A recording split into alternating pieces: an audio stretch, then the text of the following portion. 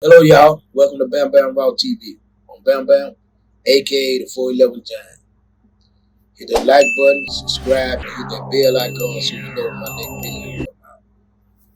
On this episode, we're gonna be talking about how somebody else, how their problem can become your problem. You say, well, I'm minding my business. I'm going on. I'm doing what I'm doing. I'm minding my business. I'm staying out of the way.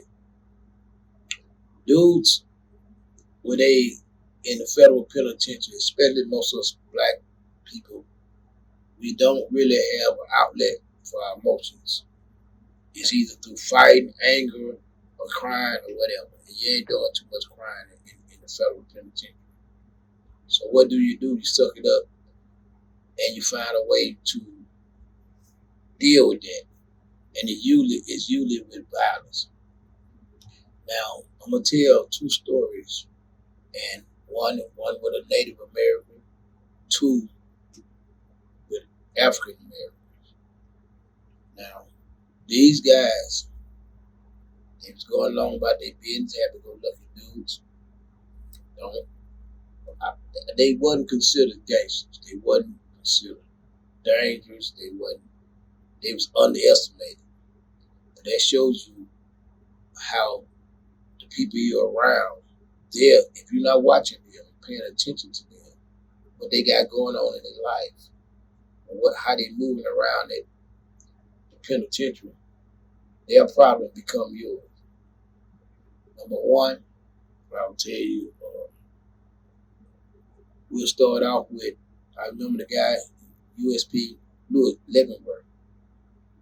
We had USP Leavenworth. I did almost 5 years there. I watched this guy. He was docile. He didn't mess with nobody. He was pretty educated. Because he was educated, he would correct people on things. And ignorant people would not. They didn't. Tough, ignorant people don't want to be corrected. And some of the times he'll correct people like, "Hey, no, man, this is this because of this and blase blase." And dude, I mean, you shut up. Get your coward ass. Don't wake me up, man. No, I ain't trying to hear about it. He talk bad to him and run him off. And on other situations, he be trying to show somebody how to do the same thing. They couldn't stand a dude who wasn't strong, who wasn't violent, to try to tell him nothing, to teach them nothing. And they kept on. And they cussed this dude out and they held this dude bad on several occasions that I seen.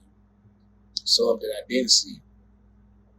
And the dude, he would just bite it and go on off and go on about his business. Now, going on, they satisfied with the facts that this dude has bowed down to them and gone about his business. He had proven himself to be the very coward that they think he is. And so they got no problem with that. They're walking around happy go lucky. And then what they do? What happened? One day this dude got on the phone. I'm just calling him Mike for it. One day Mike got on the phone. And just say hypothetically Mike got into it. Jerry talked bad to Mike one day. Mark talked bad to Mike one day. Jimmy talked bad to Mike one day. Larry talked bad to Mike one day. Never thought nothing of it because they dismissed him. When he got on that phone, when Mike got on that phone, and they told Mike that his mama had died, and they told him he was not going to be able to attend the funeral. So that's fire on top of anguish. So they told him that. Back in USP Leavenworth, it was an old penitentiary, so it was made for single beds. But to be able to make a double bed, they had some pipes that they used to put in the middle to stick them on top of that to make one bed sit on top of the bed. It was about like 20, maybe 15-pound pipes. And they fit in there. They had one here, they had four of them on there. This dude, Mike, after hearing that they wasn't going to let him go to his mama's funeral, that his mama was dead, went back to his cell. He went back to his cell. He took his celly bed. His celly was out at chow or whatever. He went breakfast, basically. He took that bed, raised that bed up. He took one of them pipes out that bed, and I'm assuming he made sure that it was heavy enough. 6 something in the morning while everybody going to breakfast. But Mike had been watching the people who had talked crazy to him. Mike had that on his mind for such a time as this, because he knew which one slept. Now, he didn't get everybody, but he got 4 people.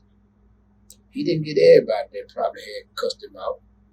He didn't get everybody that treated him bad. But he knew what 4 was going to be in that bed. They slept all the way to work call. While everybody was going to chow, 6 something in the morning, 6:15 maybe. Mike got up, like I say, went in that cell. He took it down, he tested. Mike went in there. Mike walked in the first cell, said, Mark. He opened it up. Dude think his celly coming back in. Yeah, he's laying in the bed asleep. Where the hell down there to eat, man? Blam, blam, blam, blam, blam. Mike beat him to his head, crushed. Walked out that cell, went to the next one. Same scenario. He opened the door. They think they cellmate coming back from chow. Hey, what's up, homie? What's going on? Bam, bam, bam, bam, bam, bam, bam. Beat him down. Each time he come out his cell, people were seeing him, but the camera was showing he ain't care no more. He splattered with blood. Man splattered with blood, but they don't review the cameras until they looking for people, so the camera don't do you no good. The camera ain't gonna do you no good. Ain't gonna save your life. Man, that man went on to the next cell, and to the next cell, he went in 4 people's cells. Bashed their head in. Thank God they lived. But if he stayed a little longer, each one of them, they'll be dead. He went to 4 people's cells. And the people themselves had trouble trying to remember, why would this dude mess with me? Until it all put together. It was all put together that these 4 people were some of the people who had dogged him out and talked bad to him and treated him bad and treated him like a piece of crap. Only because he's more intelligent. See, intelligence in jail is considered weakness. If you ain't got the strength to back it up, you better talk stupid. Because you go talking very intelligent and you talking we just need to get along, they're going to see it as weakness, or they're going to think you're dumb. So you got to have the strength to go with your ability to make people know, hey man, I'm very, very smart, but I'm also very, very dangerous. And that's the situation. So other people's problems can be yours. A person can get on that phone and hear the wrong thing, and you need to stay out their way. And you got to be able to read all that. In other situations, I actually was involved in this situation. Native American, money supposed to been came in. I knew the dude. I hollered at him. We talked and going on. We spoke, and I respected him. He respected me. Never had no problem with him. I was cool with his shot callers. You know what I'm saying? Red Feather and all those. I was cool with him. I had none of. I was in USB Colorado with, and they spoke highly of me, so I got along with them. Had no problem. I'm in the dining hall, and maybe I engaged myself in that, but I'm in the dining hall, and the Native American hollered at the black dude about the cinnamon roll. And then so the dude gave him a little cinnamon roll, but the police is telling the dude, Devontae, don't give him but one cinnamon roll. But common sense said this cinnamon roll too small, so he gave it to the Native American, and the Native American tell him, nigga, why you giving me some shit like this? Nigga, boy, got to cuss him out. So I I said, listen here, whoa. Man, don't put our race in there, man. Whatever you got between you and him, y'all argue between you and him. I said, look here, hey man. I said, about to get him and forget how many people say don't get but one, man. You got to live with these people. Get a dude two, take them back and give him a big one. And so he took it back, but the dude was steady cussing, steady, but you going, what you got to do with it? I said, man, look here, I'm just trying to stop either one of y'all from going to the hole, blah. I don't want it. Dude ran over there and swung at me. When he ran over there and swung at me, I ducked up on him. And anybody at USB or Leavenworth, remember this situation, I got several brothers that can testify to this here. One I can call at any time. I may add that to it. But anyway, I ducked under him. And the police had said, hey man, cool down on the line. So the police was Spanish. He like, oh, you wet back. We just started cussing him. I said, oh man, dude, I don't want it. And so he took off and he charged at me and I ducked on him. When I ducked on him, I come up on him and started hitting him, but we were so close, we were tussling and we basically hit him like it was him. And so I can't get no good lick, but I seen that in the kitchen, the salad spoons, back then they had the metal salad spoon, but they got this wire connecting them so you can't pull them no more than this far away, so you can't take them off and use them as a weapon, just like they got on the weights. So I see him, he tried to bite and everything, so all I could think about was pushing him over here to this spoon. So while he tried to hit me like with him, I can't hit him, so I'm pushing him to the spoons. So when I push him to the spoon, and I get close enough where I can take the wire of the spoon and do this much, so I push him, I lead him over. I'm beating him with the spoon. And they find the police come up there and they break us up, they snatch us up out and everything. So we go to the hole. So his Native American brothers talk to my people and everything, but come to find out, dude, money didn't come. He owed it a whole lot of people. And he was trying to check in. And because he was trying to check in, his problem became my problem.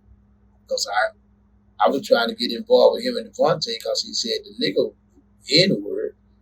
And I ended up interjecting minds into that when he was ready to crash out. I should have knew something when he started cussing at the police and just everything. He was like, he didn't want no resolution. Anyway, I goes to the hole for this. They got me in the hole. The police write in the report that the guy ran at me, swung, and we started fighting. The police tell in the incident report, he said the guy was calling everybody a racist name, said that he even called him a racist name and disrespectful instantly. They got all this in the report. I'm thinking I'm finna get a self-defense automatically. I go to the DHO. She said, what you got to say? I said, I ain't write the report. Let's go by what the report said. I ain't got nothing to say because I never speak when I go in there. Even though your silence at the DHO can be held against you in the federal penitentiary because you don't have the rights no more to remain silent. So I always take that chance. I always do it. And they read the report and they read it going on what the police said. And they tell me, I said, me, I was self-defense, all I can say. She said, the federal system do not recognize self-defense. She said that if an inmate attacked you, I said, what am I supposed to do if somebody attacked me? She said, if an inmate attacked you, you are supposed to fold up and wait till the staff get over there so they can break up and secure the situation. And I'm laughing at her because I said, you saying this ridiculous stuff to me. You know that ain't gonna happen with no human being. You got it. But that's the way they play it there. She told me that going on, and she actually charged me with initiating a fight, because she said when the guy swung at me, the police report said that he actually missed me And I came under him and started hitting him. I got 30 days DS, 30 days loss of commissary for that. And they considered themselves doing me a favor. But his problem became my problem because he was trying to check in. I know. And again, I'm going to say one more and I'm going to be through with it. I knew a dude named, I'm going to call his name, was, I'm going to say, I don't want his name to be nothing similar to somebody I know. But I'm going to just say Lenny. Lenny, happy-go-lucky dude, gambling all the time. Gambling all the time. Win sometime, lose sometime. But unfortunately, my homeboy didn't know that Lenny had lost way too much that he could make up selling food, vegetables, whatever. Lenny had winning over his head. And he actually owed them Aaron brothers. He had winning over his head. Lenny was, you could tell that Lenny went from joking, playing, being jazzy, dressed nice. He went from being that to being uptight. So you know he had something on his mind, but you wasn't in his business until he let you know. Now we knew he had been gambling with them white boys, but he was winning with them, and we didn't know that he was in debt. Because I mean, we just stepped in for him and tried to make it right. You know what I'm saying? We worked something out, or else we didn't deal with the situation. We wasn't gonna let him hurt him. But instead of him, and this a part that this the key thing. Instead of Lenny taking off on one of the white guys, the Aaron brothers that he owed, instead of him doing them some harm, he took out on a little feeble, little black cat. That's what we used to call him. We used to call him Lil. We used to call him Big Cat because he was Lil. Because he liked to be called, his name was Cat, we called him Big Cat. Just a joke on him, how small he was. The light-skinned dude kept a little braid, didn't mess with nobody. Stayed to himself. He go out there, make him some coffee, go back to his cell, didn't have much. Sold vegetables here and there. This man built a case on this man over some vegetable. Said the vegetable had a spot on it.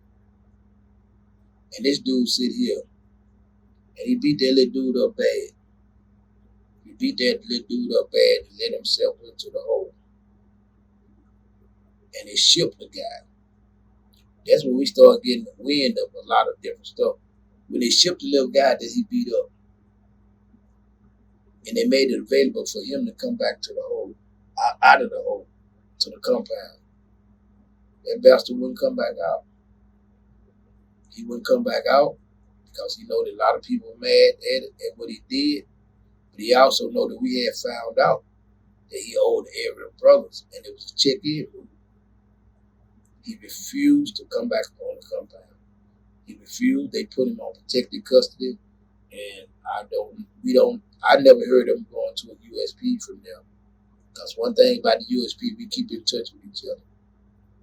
So when you in USPs, especially, but you in a federal penitentiary, probably most penitentiaries, you have to be aware that somebody else's problem can be yours. And it don't have to be direct. All that fussing and arguing with somebody and letting it go, you shouldn't be arguing with nobody unless you're going to go and take care of your business right there. You do not need a person running around on the compound that you had an argument with. Because you never know when that person pick up that phone and find out that he done lost a loved one, find out that his wife is cheating, find out that something happened to his daughter, his son. His reaction, you never know what it's going to be. Some can handle it, some can't. So the best thing is, for a situation like that, if you get in a situation like that, make sure it's enough to go and punish him right there. Don't argue with nobody, let him walk off. That's why don't do no arguing. That's the best thing. But again, The way to avoid all this and be in a situation like this is how? By not being in penitentiary. I'll tell you, man, there's nothing like not being in penitentiary. So take heed to my words. My stories is, like I say, I'm finna get to. My stories is to inform. They can be entertainment, they entertainment, but they too inform. So hit the like button, subscribe, hit that bell icon so you know my next video. And as again, I said, I got a series coming out where I'm going to go through the different types of murderers and killers and the mindset in which through the whole system. I've been USP, Marion, USP, Longpop, USP, Lewisburg. I've been all these USPs, and they've been killers on all these yards. They've been killers that I was actually in USP Leavenworth with Sayanda. And Sayanda was a second to Castro at one time. And he had came over here and gave information to the American government in order to get sanctuary here. But he ended up catching a charge. He ended up catching another charge. I don't remember exactly what the charge was. So they locked him up in the federal system. And Castro was doing everything he could to get him back over there. No doubt to kill him.